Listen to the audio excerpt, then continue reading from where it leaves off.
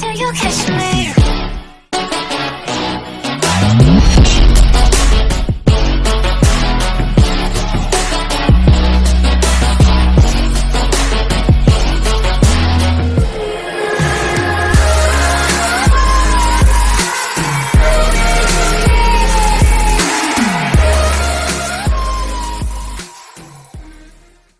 Yeah, well, I just like them plain because it matches anything.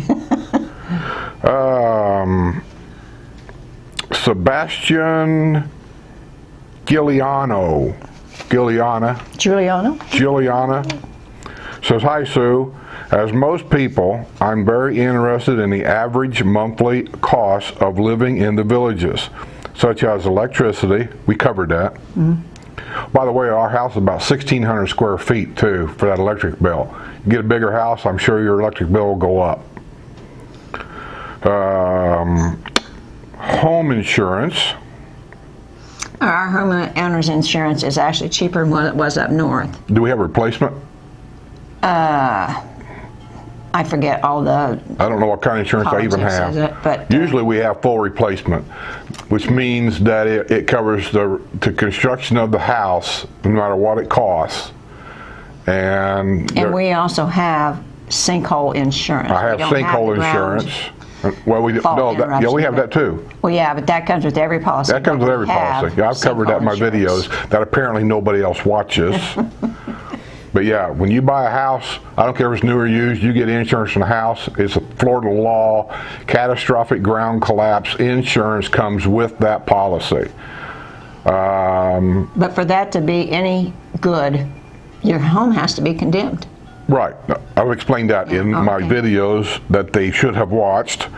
And then being a new house, now I think they've changed this law. I haven't really confirmed it. I haven't called an insurance guy, which on my other video I gave you a half a dozen insurance companies and their phone numbers to call to ask questions, because I am not an insurance guy. But it used to, you could only get sinkhole insurance here on a brand new house and only to the original buyer. And then after that, everything was catastrophic ground collapse. I was told by a neighbor that that's not true anymore. They've changed that. That now, when you buy a home, pre-owned or otherwise, you can get sinkhole insurance. And just like anywhere else, you know, I don't know why you wouldn't get it. I mean, we was in Indiana, we had tornado insurance even though I never had a tornado. I mean, we always had fire insurance even though I've never had a fire. So why would you live down here and not have sinkhole insurance? Well, and like I said, the sinkhole insurance is not one of those where they pay everything. It's one of those. No, it's got a high deductible. And I said, usually when they fill in a hole, it's $20,000 or something like that. Yeah. So you're 20% of it. You know, it's going to be high, but still, it's better than nothing. It's better than not having insurance at all. Monthly cost of living in the village, such as electricity, home insurance, property taxes. We covered that. Yeah. Bond tax. Well, it's not really a tax. Well, I know it is and it ain't, but your property tax and your bond payment all comes at the same time on the same bill. It's part of the property tax bill, right? The bond payment. The bond comes with your taxes. Yes. The amenity fees. Amenity fees are totally different. Yeah, and that's a monthly fee. And it comes with your utility bill. How much is amenity fee now? Ours is $149.67. That's good. And like I said, that comes with your water bill. Your water covers water, sewage, and sanitation, which is your trash bill, and then the amenity fee. So it would seem like your water bill is really high, but like I said, $149 of that is your amenity fee. So it's not really that much when you have it separate. But they do have the, like I said, the water and the irrigation, which is your sprinklers. Okay, I'm going to read this to you. And I've got an average size house. Water base, here's my water bill for this last month. That's your taxes. It's taxes on the... I'm just talking about the water. Okay. The water base was $8.84. That's the taxes. After taxes, every tax included. My water use, which I'm only assuming that what that means is I went a little bit over the base amount. So my water use was $3.29. The irrigation, remember I told you you get 2 water bills? Irrigation is the water out here. That's reclaimed water that's in these swamps and the retention ponds. My irrigation was $8.10. My irrigation use, once again I probably went over, was $17.82. And then you got sewer. My sewer was $15.72. My sewer use was $7.90. And then of course your amenity fees for August was $149.67. My sanitation collection, your trash man, and actually this doesn't even really get adjusted because we have trash pickup twice a week. Once a week is recycle, and once a week on Wednesday is yard waste. So there's a lot of pickup. Anyway, for the month it was $17.90, and compared to up north, that's a deal. So totally, our total monthly bill there is $229.84 with tax for everything. For the a month. That's the whole month. Yeah, that's the amenity fee included in all your other bills there.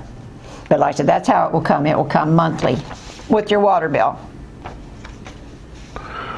Okay, Sebastian, I'm done with you. Jackie Toluda. We just bought a house in the village of DeSoto. We have friends that just bought a house down there. I was just down there, matter of fact, did a video on his house. Can you recommend someone to call to have the attic stairs installed? I've done a video on that, Kathy. You're not watching my videos. Or Jackie. I said Kathy, didn't I? Yes. Yeah, I don't have it with me. I want to say Sykes, or is it Stipes? Sykes, Stipes. Stipes does the guttering. And the ladder. And the okay. Is it Stipes or Stipes? Stipes. S-T-I-P-E-S? I think so, yeah. S-T-I-P-E-S. If I can, when I publish this video, in the description box below, I'll put his name and his phone numbers, but you got to promise me when you call him that you got his name and number from me.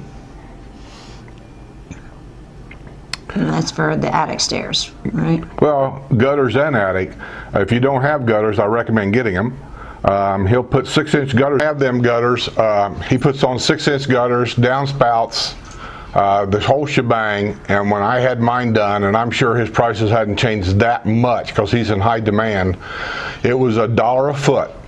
$1 a foot for the gutters, and that included the downspouts. And compared to up north, I mean, I couldn't believe I was getting them that cheap, but I mean, he done my house, he done my neighbor's house over here. Once he gets in a neighborhood and people sees what he does, they stop and talk to him, and then he's in that neighborhood for a while because he goes from one house to another. Now you got to call his wife. I believe they live in Ocala, and she'll set the appointment up for him to come down and give you an estimate and all this and that. But he done my gutters. He done my attic stairs, and when the attic stairs, he wasn't here, I'm going to say an hour, if that. Him and another guy, they put them up, they took the trim down, and they put up all brand new molding trim around the thing. It looks really nice, and I've never had a problem with it, because I got the aluminum ladder. Because wood, as hot as it gets in that attic, deteriorates something terrible. And next thing you know, you'll step on it and it breaks. And at our age, we don't need to be falling.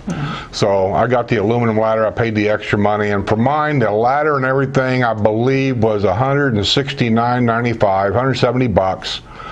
And I think he charged me, and I could be wrong here, but I'm pretty sure it was like $100 labor to put it in.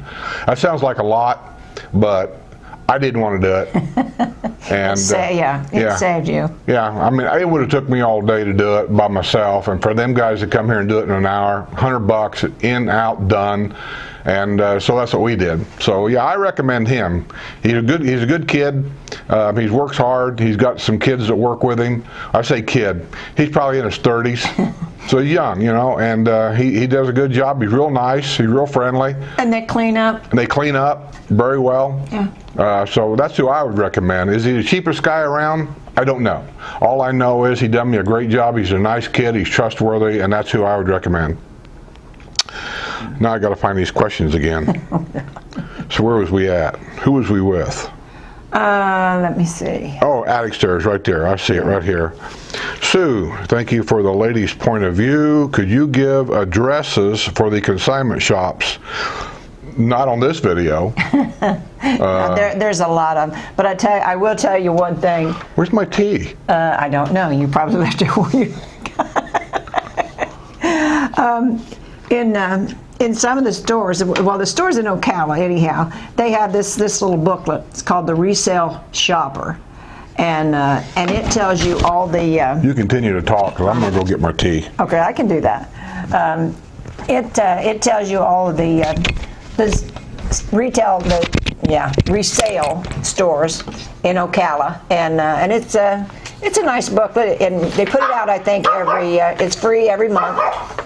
So when you go to the stores, like I said, they usually have them sitting on their counter, and they'll give you a list of the stores in the area. Now around here, there's quite a few around here. I don't have a listing for them, but they're pretty popular. And like I say, I don't know if you've watched the videos, you've seen me and Deb shopping, and we even took the bus trip. We took the bus trip to Ocala to the thrift stores, and we had a good time. But there's plenty around here that we visit, and a lot of them are for charities. They have a hospital thrift store. They have a hospice thrift store. They've got a couple stores in Wildwood that are associated with churches. My Mother's Attic and Bargains and Blessings.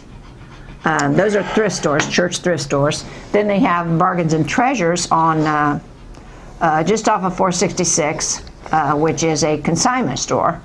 I like Bargains and Treasures. Yeah, it's a nice store. Because, I'm not a shopper, but of all the ones I've been to, I like Bargains and Treasures. They have a big turnover, so you go in there from week to week and you never see the same thing, because they have good. They only take good stuff.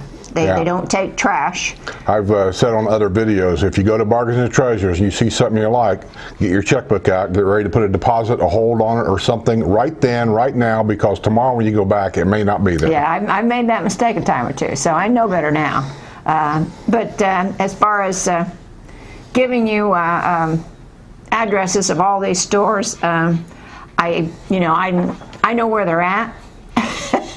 I couldn't tell you the addresses. Maybe I'll look that up and give them to you at a later date. But let me know how you, the videos that we done of our shopping and all, Deb and I were just fooling around, and they're not exactly in the best order, because I didn't tell Skip which one come first and which one come second. And they were kind of out of order. But if you enjoy them, if you like them, let me know.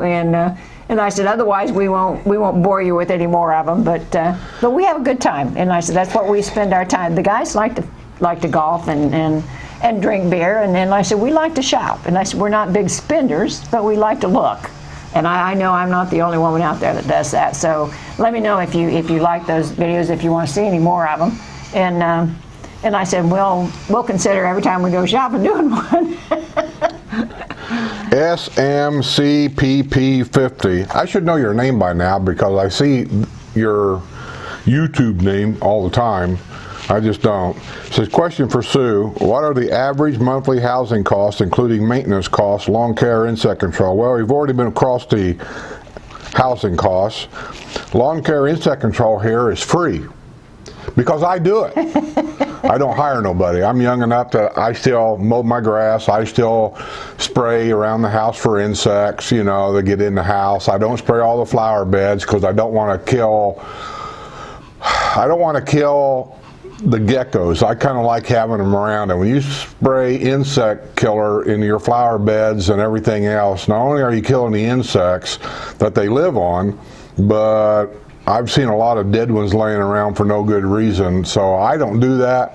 That's just me. I don't know if you can buy an insect spray that doesn't hurt the geckos, but I just don't spray the insects. I do spray termite and ant, and I go around the base of the house, even with an eye, all the way around, and then I go around the house a second time and I spray at the eave. because these things can crawl upside of your house and get in your attic. So I spray up there. I've been doing it now since I moved in this house, and really we haven't had an insect issue to mount to anything. Well, you get a normal ant or a spider once in a while here and there, but other than that, we haven't really had any issue. So what it normally costs, yeah, if you hire somebody, depending on the size yard you got, but an average size yard here, for somebody to come and just mow your grass, and all deed restrictions require you to edge it. And by edging it, it's a little metal cutting tool that cuts down the edge of the concrete and leaves a nice straight line. You know what I'm talking about. For them to edge it, mow it, and blow it. They have to blow all the grass off the street and blow it off your driveway. That's also part of your deed restriction. It's an average about $40 a month, right? Super cheap. I don't know why I don't hire it done, truthfully, because I'm getting tired of pushing the mower around, but it's 40 bucks. I mean, more than achievable for anybody to pay for that. Now, where did you get that price? Well, everybody around here that I've talked to, Swergan, he pays 40 bucks. Okay. And then if they have to trim his bushes or anything, he requests that. It's time to trim my bushes. And they clean up after it, and then they'll generally just quote you a price for that, depending on how many bushes you have and whatever. All companies are different. You can call, what's that one called? I want to say Manson. Is it Manson? Landscapers, you see them come out here all the time. Mansfield. Massey. If you call Massey, they want you to sign a contract for different things. You can sign a contract for just getting your yard mowed. You can sign a contract for getting your yard mowed and bushes trimmed. You can sign a contract for yard mowed, bushes trimmed, and spray your yard for insects. It goes on and on and on. And last time I talked to them about doing everything here, because I figured we was going to travel for a while, that it was $600 a year for them to spray for termites, the mowing, everything. The average mowing here is done once every 2 weeks. They don't do it every week. In the wintertime, they may even cut down to once a month, because our grass here is zoysia and it goes dormant in the winter. But you're still required to make that payment whether they mowed your grass or not. So, that's fair. I got no argument about that. But no, I do my own. But you can hire it done more than reasonable. Sue, could you talk about the groups you have joined at the villages? What are your favorite restaurants? That's funny. You should ask about the restaurants. Oh, well, I haven't joined a whole lot of groups here. I did a Tai Chi at the rec center. And I'm a walker. I like walking on my own, and that way I can take my time. And I walk about an hour every day. But like I said, they have Tai Chi at the rec center, and on Saturdays here they have they call it break dancing, but it's kind of a form of Zumba, I think. But I think the instructor isn't licensed in Zumba, so they call it something different. I also take 2 painting classes. One is watercolor and one is pastels. I'm not doing really well with the pastels. It's a challenge, but I didn't know watercolor when I started either, so I'm working on it. I play cards every Monday, and that's with the group here in the neighborhood. We have altogether, I think we have 13. But from week to week, and we go to each other's houses and we bring snacks. But from week to week, we have 6 to 8 usually, and that way that kind of allows for people that has doctor's appointments and that kind of thing. We still have a good group to play out of that 13. So, other than that, I've wanted to join a couple other groups, but the one thing you really have to watch when you come down here, because there's so much here, is you got to watch about being overscheduled.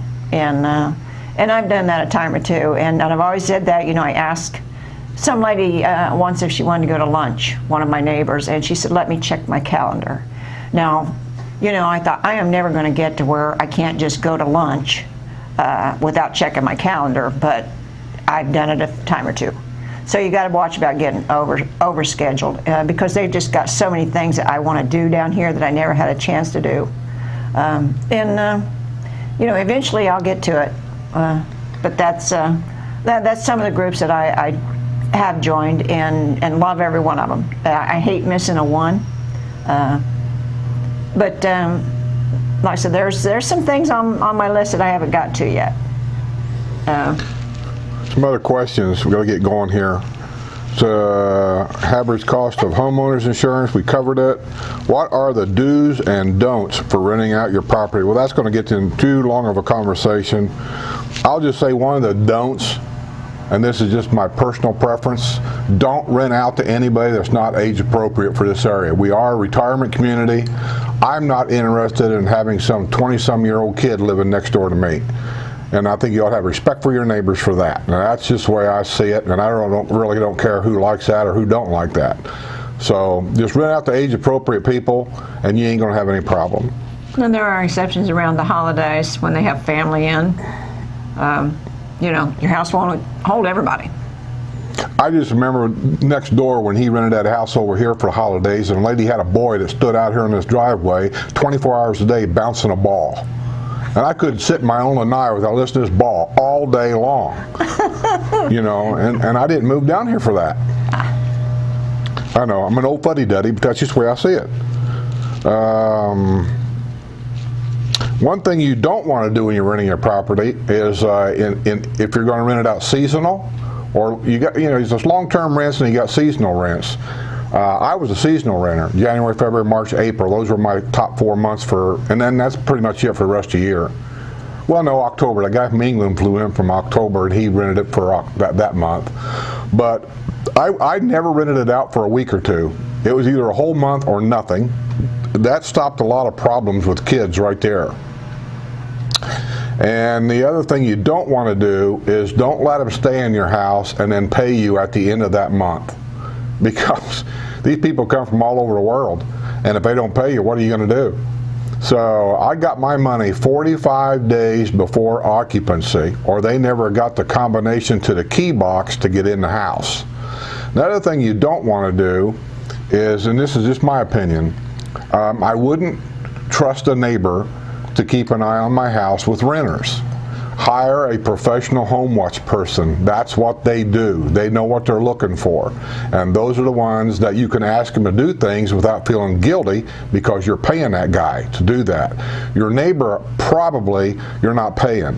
And he may or may not be there. His wife and him may decide to take a week's trip and go out to California. I mean, you don't know. So a home watch guy, he's pretty much there 24/7. And so I would recommend make sure you get a good home watch guy. But there's a lot of other things involved too that I can't get into. It'll just take too long. And I said contracts are on the internet.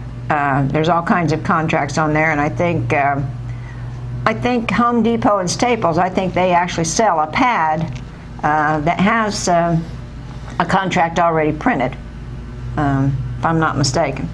It has to do with where you're at, but. What do you need to do to protect yourself as a landlord? I think I covered most of that, or a lot of that. What furniture store would you recommend for furnishing a new home? Sue already covered that. What is your favorite coffee shop and restaurant? My favorite coffee shop is Starbucks. Yeah. I'm a gold card holder there, which is not a big thing, but I am a card holder there. I have for many, many, many years. That's my favorite one. And I happen to move to Brownwood where we don't have a Starbucks. We have a Dunkin' Donuts, which is okay, yeah. But I prefer Starbucks. I gotta find the Starbucks card too. I haven't found it since we came back from vacation. It's in the car. Or maybe it's in my billfold. Yeah. I think we covered. The phone, so I use my phone all the time for Starbucks. I got the app, so. Sue, could you talk about the groups, or have we done that? What are your favorite restaurants? Oh my. You cover the ladies' breakfast lunch thing. Well, I said I have a ladies' lunch every month. I set up a ladies' lunch for the ladies here in the neighborhood. And so you've ate at 100 restaurants. We go to different places all the time. So which one's your favorite? Which one's my favorite? Or two. I know mine. My favorite one here, as far as for meet and greets go, is Evans Prairie. For a couple reasons. 2 reasons. Is I know almost every waitress up there, and I can call them and say, could you set us a table up so I don't have to stand in line waiting for a table. They'll generally set me a table up for me, and we can just walk right in. That's number 1. Number 2 is, it's about a medium price restaurant, and you can get beer at a reasonable price. I think their beer's like $1.90 a glass, I think, something like that. And the food's fair. It's not, I won't say the greatest food in the world, but it's good. And it's also just quiet enough in there. If you want to sit inside, you can actually talk to somebody without all that echoey noise around that most of the larger buildings here. It's a big problem. You got to talk to somebody, and it's so noisy in there you can't hear. One of the worst down at Brownwood, and I don't want to do any meet and greet inside, is City Fire. It's terribly noisy inside. You can't hear nothing in there. Fun place, though. Fun place, though. It's a fun place. Yeah. But if you want to talk to me and still in a meet and greet and ask us questions, which we're more than willing to do, inside City Fire is the worst. You can't even hear across the table sometimes. They have a band sometimes inside there. You just can't hear in there. They have one outside, too? Yeah, but they don't start until after 5 o'clock. Yeah, that's true. Roberto's. Yeah. Jackie Jackie Aransky wants to know, of all the different flooring stores down here in the villages and around the villages, why did you choose Roberto's? We had Roberto's once before in our patio villa. Had new floors put in over there, and I really liked the family atmosphere that they have in their store. And a lot of the family works there, and their customer service was great for me. And I found that to be true the second time when they put the floors in here. Same thing. Their customer service was excellent. I had an issue with the door, and they come out right after I called them to fix it. Just made an appointment, and they come right out and fixed it. So I've always had good luck with them, and I like the way they do their work. They clean up after themselves. They don't necessarily do stuff that they're not supposed to do. I mean, I didn't have a lot of handprints on the wall, and no problem with dinging up the furniture or anything like that. They were very conscientious about their work. Matter of fact, they moved all the furniture out of the room. Yeah, and they were a little higher priced than a couple of the others that I checked on, but I think it meant a lot to me that they watch what they're doing, and I said, if you have an issue, Roberto will come out himself and look at it. My reason for using Roberto's is because I've used to do some of this work, and I know the proper way to do it. And there's an old saying that a good carpenter knows how to hide his mistakes. And I know that. And I see things that I know what they're there for, and I don't like it. So my issue is, one is the finish work. Anybody can put floor down, but it's the finish work. And Roberto's finish work is almost perfect. I mean, just almost perfect. And the idea of, I wanted all my baseboards taken up, put in the flooring, and then I want the baseboards set down on top of the flooring.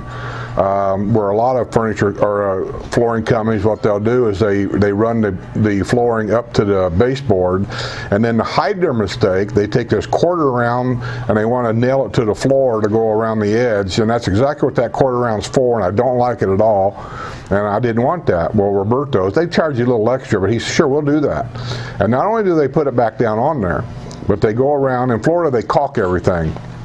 It's about insects, so insects can't get behind it or under it and this and that. So they caulked all the way around the molding, the baseboard, and then they nail it all back on, and then they go in and they fill the nail holes, and then he has the Village White baseboard matching paint, and then he goes around and he paints all the baseboards for you again. And when he gets done, it looks like a brand new house. Now, the guy we had put in our tile floor, he put in the tile floor really well. The tile was good, but his finish work was sloppy.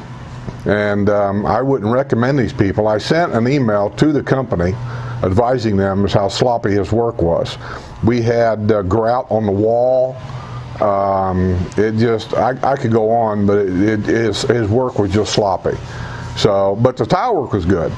But you know, and I'm all about the finish work. You know, when you get done and walk out and we write you that check, I expect everything to look right. And when there's fingerprints on the wall, that ain't right. So anyway, we're done with that. R. Jeanette, favorite grocery store. We've already covered that. Electric or gas, I already covered that. Pamela Geeson, she said that she was told by people that if you don't play golf down here, the neighborhood shuns you. I don't know who told you that, Pamela, but that's an absolute lie. There are so many activities down here that nobody cares whether you play golf or don't play golf. Yeah, and I don't play golf. She don't play golf. But like I said, I never have a problem. It's everything down here is social. I mean, if you don't play golf, if you go to play cards, play games, they have game night at the rec centers and things like that. There's a million ways to meet people and to make friends, and golf is just one of them. And it is a big deal down here. A lot of the ladies do play golf, and half of it is just so they can do what the husbands are doing, I think. But if you're not able, or if you don't care for golf or whatever, there's plenty of ways to meet other people and to be social. Golf is just one of them. Yeah, there's tons of things to do here. Nobody shuns anybody because you don't play golf. I mean, they're not going to ask you to go play golf, obviously, but I mean, there's tons of people here that don't play golf, and they do all kinds of stuff from, I don't know what all they all do. I play golf, drink beer. That's what I do, and there's all kinds of stuff around here, paint. I don't know what else there is to do. Bocce clubs, pickleball clubs, tennis clubs, all kinds of stuff. So there's quilting, there's sewing, there's like I said, like painting classes. They make jewelry. There's just a million things that you can get involved in that you don't have to play golf. And actually, I've had the ladies that do play golf has actually asked me to come to lunch with them after golf. So, and I don't play golf. It's not a big issue here now. Yeah, no, you will not be shunned. Okay, that's it. Hope you all got the information you need. This thing must be an hour This long. is going to be a long video, or I'm going to cut it up into 2 or 3 different parts. I don't know what I'm going to do yet. But anyway, I hope the answers questions were answered. And we might do this again someday. I don't know, but I got it done, and we'll see what we can do about getting it posted. Until then, we'll see you all on the other side.